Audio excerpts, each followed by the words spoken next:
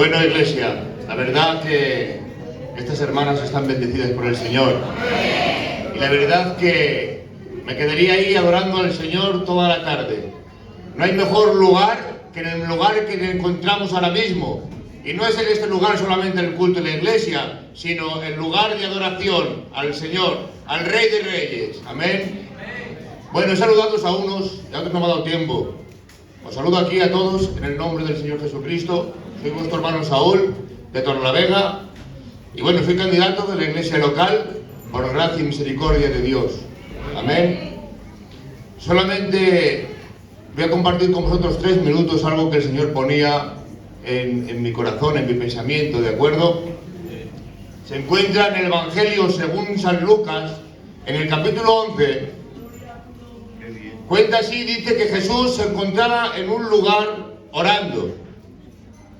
Y dicho sea de paso, hermanos, nuestro Señor oraba constantemente.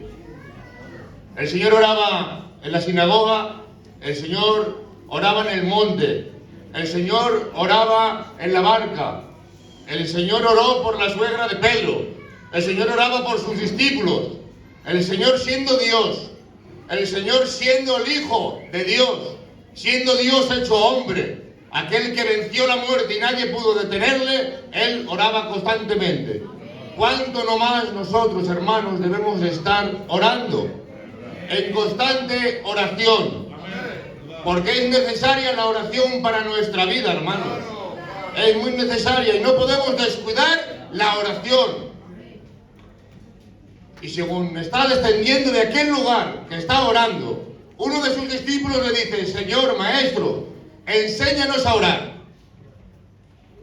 Enséñanos a orar como Juan también enseñó a orar a sus discípulos.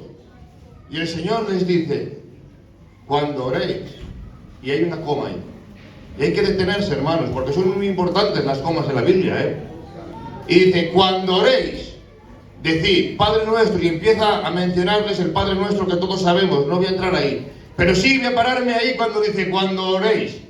Y el Señor ya daba por hecho que tenemos que estar orando. Dice cuando oréis. El Señor Jesucristo ya daba por hecho que hay que orar. Y nos dice a vosotros ahora en la iglesia, cuando oréis. ¿Cuándo oramos? Digo yo. Voy a ponerme yo. ¿Cuándo oro, hermanos? Debemos de orar en todo tiempo. Da igual, mira, da igual la posición en la que quieras orar. ¿De acuerdo?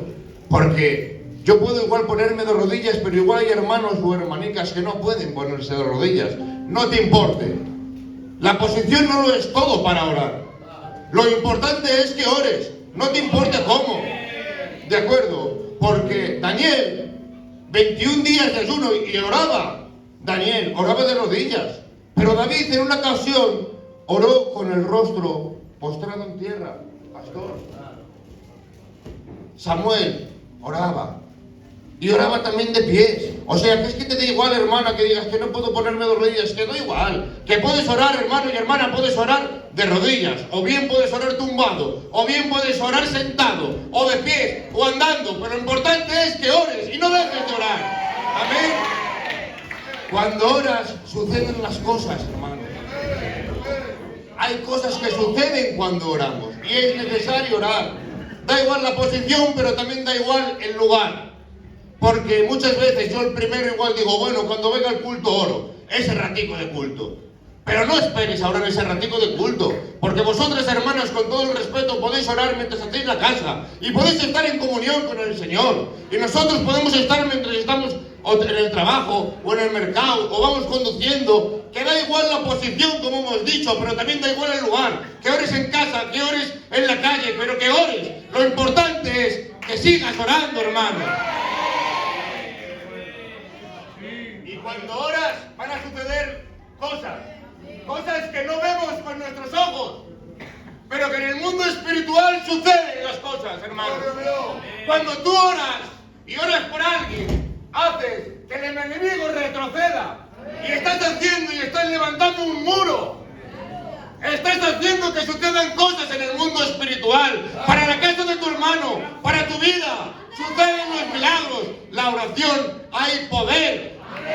La palabra de Dios nos enseña a orar unos por otros para que seáis sanados. la oración eficaz del justo puede mucho.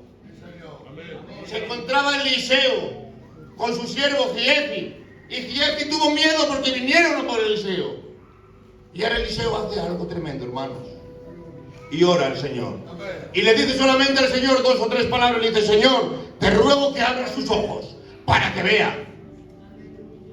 Y por la oración de Eliseo abrió los ojos, y en el mundo espiritual, algo que antes no veía, vio en el mundo espiritual cómo había ángeles y gente alrededor de Eliseo, y entonces le quitaron el miedo a Giezi. ¿Por qué? Porque vio la mano de Dios poderosa, que estaba un ejército de ángeles con ellos.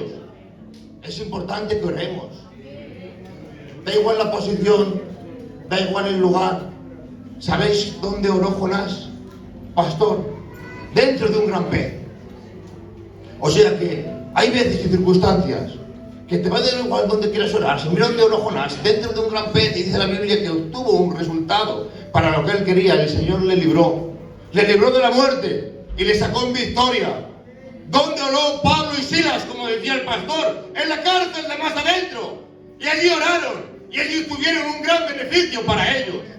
La iglesia oraba cuando Pedro fue encarcelado y Jacobo fue muerto a espada. La iglesia oraba. Y oraban constantemente, dice la Biblia textualmente, y hacían oración sin cesar por Pedro. Y a causa de esta oración que hacía la iglesia, Pedro fue librado por la iglesia. Quiero decirte, hermana y hermano, que sigas orando, que no te canses de orar. Mira, hermana, lo siento del Espíritu Santo, ora por tu hijo si no están convertidos, pero sigue orando por tu casa. Hermanos, orar por los hermanos que faltan de la iglesia. Hay que orar, hermanos. Seguir orando, seguir buscando al Señor. En la oración hay resultados. Cosas que no vas a ver en el mundo espiritual van a suceder en el nombre de Jesucristo. Que Dios os bendiga mucho.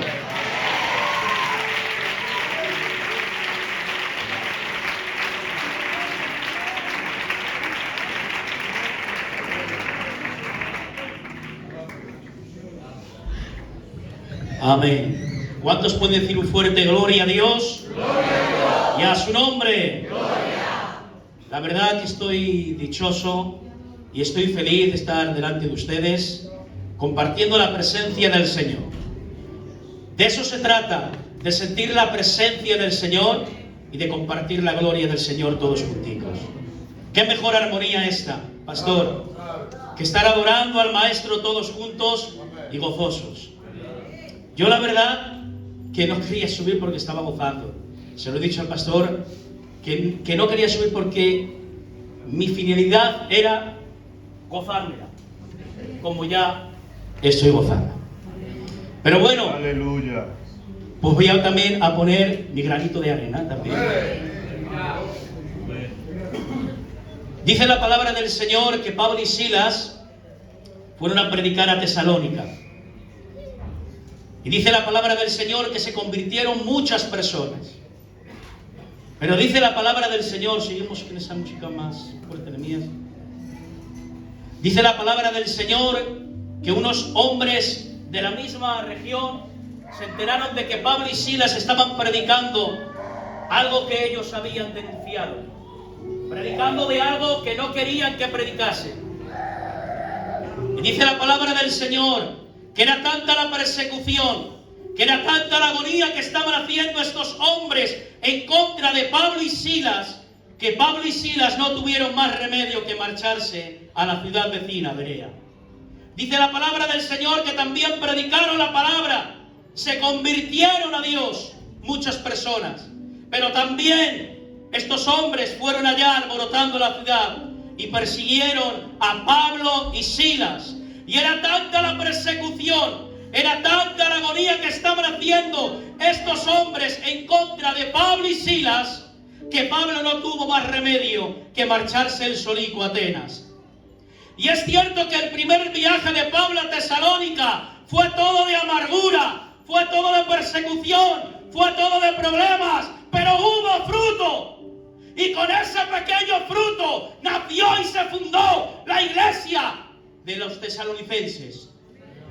Es cierto que fue el primer viaje de Pablo y lo que sembraba Pablo Señor y él se esperaba hallar cosas buenas. Pero miren, les perseguían, no solo en esta iglesia, sino lo que también ha dicho el pastor. Le golpeaban, le herían a Pablo, pero Pablo persistía, Pablo predicaba, Pablo sembraba, persistía en ello, aunque lo sembraba con lágrimas, luego lo recogió el fruto de las iglesias. Tengo que decir, hermano y hermana, si te encuentras como Pablo, que llevas años sembrando, que llevas años esforzándote y solo hallas persecución, enfermedad, tristeza, angustia, y has pensado en tirar la toalla, en dejar de sembrar, hoy el Espíritu Santo te dice, no pares de sembrar, persiste, sigue sembrando. Porque lo que has sembrado con lágrimas, con esfuerzo, lo vas a hallar con alegría y con gozo. Va a ser más grande la recompensa y la bendición que Dios tiene para ti que todo problema y angustia que podamos pasar. Porque si alguien te predicó que el evangelio es sencillo, que el caminar es fácil, ese está errado. Claro que vamos a tener problemas y adversidades, pero de valientes es este caminar. Yo no sé lo que estás esperando, pero no pares de sembrar. Persiste, porque lo que ha de venir vendrá, te dice el Espíritu Santo, y no tardará. Sigue teniendo fe. Agárrate a la fe en estos tiempos tan peligrosos. No hagas caso a esas voces negativas que se levantan en contra tuya diciendo, abandona, tira la toalla, no hagas caso. Haz caso a la palabra del Señor. No busques otras fórmulas. La fórmula para seguir avanzando está en la palabra de Dios. Ten fe. Agárrate a la fe. La fe es el arma que Cristo nos ha dejado para que a través de la fe creamos en Dios, creamos en su palabra y creamos en sus milagros. Por eso, cuando han venido aquí con fe, creyendo que el Señor les puede sanar, pueden decir amén. Pues por su fe, Dios ya le puede sanar. Si has venido aquí con fe, creyendo que Dios te puede hablar, por tu fe, no por mi palabra, por tu fe, Dios te puede hablar. No vivamos de emociones, vivamos de la palabra de Dios. No busquemos, como hizo David, afuera no le estaba esperando nada, pero adentro en su casica le estaba esperando un piazo de potaje y la bendición del Señor. Doble porción de comida. Aleluya. Hay en la presencia del Señor. No hace falta buscarlo en otras partes. Enciérrate en tu casa. Busca y ora al Señor. Ten fe, no abandones. Siga adelante con gloria, con bendición, con victoria, en el nombre de Jesús. Un aplauso y que Dios os bendiga.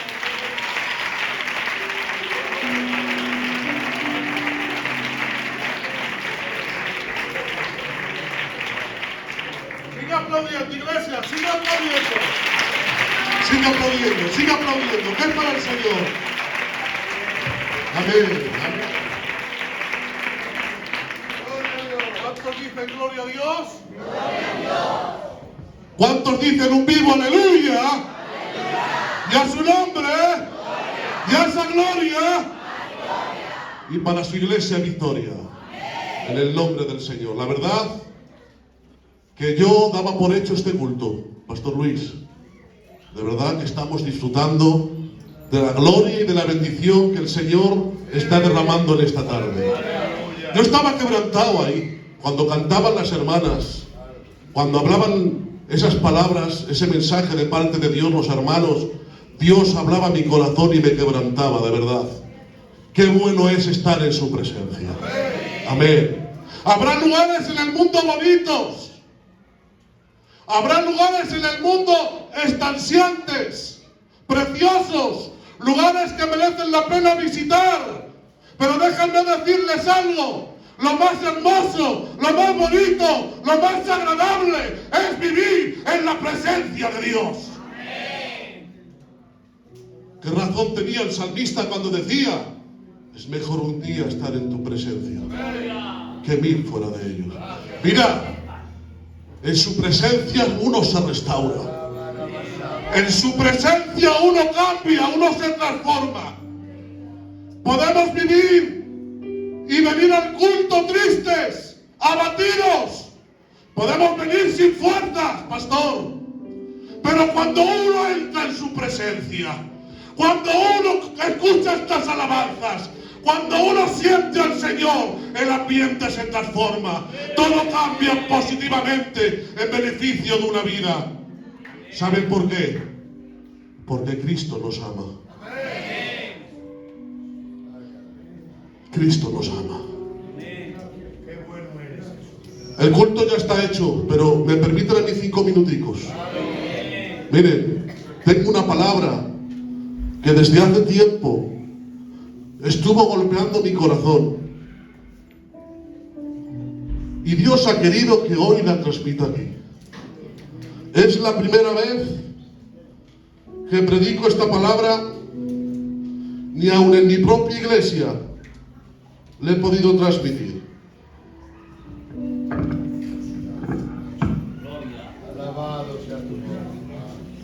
¿Estamos bien, iglesia?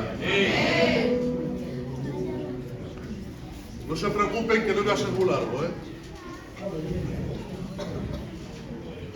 Aleluya, gloria a tu nombre, Jesús. Qué buen ambiente hay aquí, de verdad. Estamos disfrutando de la presencia del Señor. Vamos a leer, abrimos nuestras Biblias, por favor, todo aquel que la tenga. En 1 Samuel, capítulo 2, versículo 8. Dice la palabra del Señor en el nombre del Padre, del Hijo y del Espíritu Santo. Dice: Él levanta del polvo al pobre, y del muladar exalta al menesteroso, para hacerles entrar entre príncipes y heredar un sitio de honor, porque de Jehová son las columnas de la tierra, y Él afirmó sobre ellas el mundo. Creo que la palabra por sí sola habla. Pero yo quiero, por favor, después de este texto que hemos leído, llevarles a otro texto. Si leemos en capítulo 15 del libro de Lucas, en el 15:11, no hace falta leerlo, pero les voy a recordar que hay una historia, una parábola del Señor Jesús que enseña a sus discípulos. Es la parábola del hijo pródigo. Todos conocemos esta historia, hermanos y hermanas. ¿Cuántas veces se ha predicado, verdad, de esta historia que tanto habla la iglesia, que tanto habla al pueblo del Señor? De un joven que decide en su corazón pedir la herencia anticipada a su padre. Y le dice: Padre, dame los bienes que me corresponden. Y el padre repartió entre los 2 hermanos que tenía tras esta decisión de su hijo. Y dice la palabra textualmente que este joven se marchó a un lugar y dice que derrochó toda su herencia gastando derrochadamente en aquel lugar. Pero dice la Biblia que de repente vino una hambruna y este joven empezó a necesitar de aquella herencia, ya que le quedaba poco. Y cuando ya no tenía nada, dice la Biblia que este joven vio por allí a un señor y le preguntó: ¿tienes trabajo para mí? Este que lo tenía todo, que hacía fiestas, que se deleitaba con buenos banquetes, donde estaba rodeado de amigos a causa de todo el dinero que tenía, pero cuando ya no tenía nada estaba solo, hambriento, desnudo, sin esperanza. Y dice la Biblia textualmente que se le pusieron a trabajar cuidando un hato de cerdos. Y dice la Biblia textualmente que aún ansiaba comer de las algarrobas de los cerdos.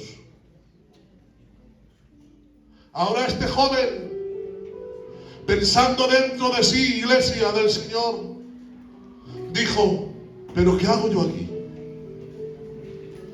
¿Qué lugar es este para mí? Si estoy desmayado de hambre, estoy trabajando en un lugar inmundo, rodeado de suciedad, rodeado de cosas que no son agradables. Y en la casa de mi padre, ay Señor, hay abundancia de pan. En la casa de mi padre hay abundancia de pan, y aquí me encuentro yo, desventurado, desechado por la humanidad. Porque el lugar donde se encontraba este hombre, si ustedes saben el significado de muladar, quiere decir un lugar donde apacentan los cerdos. Pero hay otro segundo significado. El segundo significado es lugar de la parte de atrás, donde tiran y desechan las cosas inservibles, las cosas rotas y que no sirven para nada, como coches dados de baja, como cuando uno ya se le ha roto el coche y ya no puede andar, aunque le eches gasolina, no anda porque está roto y lo tiras al desguace. Ese era el lugar, el muladar, un lugar de desecho, un lugar donde llevaban lo roto, lo inservible. Pues en ese lugar se encontraba este hombre. ¡Qué pena! ¡Qué pena! ¿En qué situación se ve envuelta este joven por tomar una decisión equivocada? Una decisión que le buscó la ruina, moral, física y psíquicamente. Pues se encontraba solo, se encontraba roto, arrinconado, esmayado de las hambres por una mala decisión. Dicho sea de paso en esta tarde, cuidado con las decisiones que tomas. Cuidado con las decisiones que tomas. Que tu decisión sea una decisión positiva para ti. Una decisión que te llene de gloria. Una decisión que te llene de bienestar. Y no hay mayor decisión que acercarse al Maestro. Bendito el día, Pastor Jerry, en que conocimos al Señor. Bendito el día, bendito el culto, bendita la alabanza que produjo en ti esa decisión de poder aceptarle al Maestro. ¡Ay! ¡Ay! ¡Qué pena me da! Que muchas veces nos tomamos decisiones, muchas veces tomamos las decisiones que nos estropean, decisiones que nos arruinan. Pero quiero decirte en esta tarde, aún hay esperanza. Aún hay esperanza para el desafiado. Aún hay esperanza para el desvalido. Aún hay esperanza para aquel que decide seguir al Señor. Yo no sé cómo te encuentras. Si no te encuentras en esta situación de este joven, mejor para ti. Pero si quizás hay alguien en esta tarde que se encuentra en ese lugar, en el lugar del desecho, en el lugar en que quizás los hombres ya no dan un duro por ti, que ya nadie apuesta por ti, que aún el pastor tampoco apuesta por ti, ni los obreros, ni nadie de la iglesia apuesta por ti, porque quizás has cometido algo desagradable ante los ojos de Dios y ante los ojos de los hombres. Pero quiero decirte algo, mi Dios perdona, mi Dios levanta, mi Dios restaura. Y por eso dice el texto, porque Él levanta del polvo al pobre y ensalza al menesteroso del muladar. Y dice, y le hace sentar entre príncipes y le coloca en un sitio de honor, un sitio agradable, un sitio limpio, porque el pecado te degrada, el pecado te busca la ruina en tu familia, Pero mi Cristo ha venido a traer vida. Mi Cristo ha venido a traer vida en abundancia. Miren, la decisión que tomó este joven fue alejarse de su padre. Y de ahí le vino la ruina espiritual. Pero ¿saben algo? En su justo tiempo, cuando ya se veía perdido, cuando ya no había solución por ningún lado, cuando estaba alejado de la familia, cuando ya no tenía amigos, cuando estaba en pura soledad, él pensó dentro de sí, aleluya. Él escudriñó en su pensamiento y en su corazón y dijo: en la casa de mi padre hay abundancia de pan. Que nadie te robe esto. Que nadie te robe esto. Tenemos algo grande en nosotros. Somos la iglesia, columna y baluarte de la verdad. Le perteneces al más grande. Le perteneces al más grande. Su nombre, Jesús de Nazaret. Por eso en esta tarde yo no quiero ser más largo. Si te ha hablado Dios y si te ha bendecido el Señor en este culto, dale un aplauso al Señor. Y que Dios te bendiga, iglesia. Aplaude que es para el Señor. Más fuerte, más fuerte, más fuerte.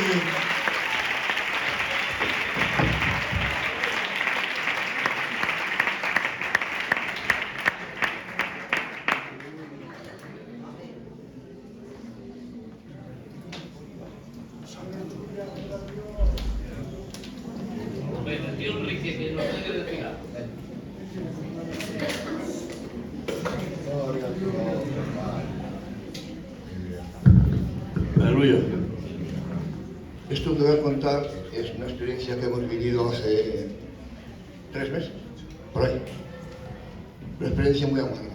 Pero como se está hablando de la fe, se está hablando de los milagros, de lo que Dios hace, Dios sigue haciendo milagros. Hemos vivido muy trágicamente una semana con un hijo que tengo. Con un hijo que tengo, ¿vale? Hemos vivido muy mal. Bueno, el caso es que se encontraba muy cansado, muy abatido, no podía dormir, tenía que estar prácticamente sentado en la cama. Y vámonos, hijo, al médico. Total, que estuvo el médico de cabecera, le mandó para cardiología y esperando, no podemos esperar. Vinimos aquí a Santander a un cardiólogo que es catedrático. Bueno, y este señor fuimos a la consulta y se puso a hacer unas pruebas. Y yo le vi al señor un poquito apurado, porque repitió varias veces las pruebas. Ya al cabo de un buen rato, nos dice el señor: estábamos mi hijo y yo en la consulta, y no era mi mujer abajo. Siento tener que daros esta noticia. Y yo nos quedamos muertos, ¿no? Porque creíamos que era una periocarditis, que es una cosa sencilla. Lo siento, de verdad, tener que daros esta noticia. ¿Qué dice, señor? ¿Qué pasa? No, es que no es lo que creéis que tiene. El corazón de Antonio, que está en mi hijo, dice: no bombeo sangre. Tío, coja el micro Sí. Vale. El corazón de Antonio no bombea la sangre de esta manera. La sangre entra al pericardio y bombea así. Entra y bombea, entra y bombea. Bueno, el caso es que, dice, tu corazón hace esto. Y las cosas de Dios no hay quien les entienda. Porque puede sanar a una persona y otra es como que se encuentra impasivo. No se entiende, no se puede entender la mente de Dios. Bueno, pues dicen, a ti no te van a dar un corazón, nadie se va a matar ni se va a morir para darte un corazón. Pues salimos de la consulta pues puestos. Bajamos las escaleras para abajo y me dice mi hijo: papá, ¿y ahora qué hacemos? Digo, pues Vamos a orar a Dios. El Salmo 50:15, ya sabes lo que dice, ¿no? Toñín, y dice, sí, pues no nos queda más que esto. Bueno, para no ser muy caso, hemos ido a la médica de cabecera porque habíamos unas pastillas y esas pastillas iban a haber afectado muchísimo y no las sabía. Eso por un lado. Subimos a Seballana, con el volante que nos dio el Señor, la médica de cabecera, fuimos a Seballana y cardiología, nada más que vio ese volante y dice, pasa. Entró rápido, le estuvieron mirando y dice, pero bueno, ¿cómo vienen aquí por este señor? Si este señor es nuestro mentor, es quien nos ha enseñado cardiología. Pues aquí estamos, mire usted. Le han hecho las pruebas. Y dice, usted no tiene nada. Usted no tiene nada. Y el Señor refleja en lo que le mandó, dice, bajo de la consulta y veo al paciente, porque no podía andar, hermano, iba, no podía andar. Y veo al paciente sonriente, en un estado agradable y de pie, sentado y de pie. Dice, mira, te vamos a dar de alta de cardiología. Estás sano. En fin, que Dios existe, que Dios cuando quiere hacer la obra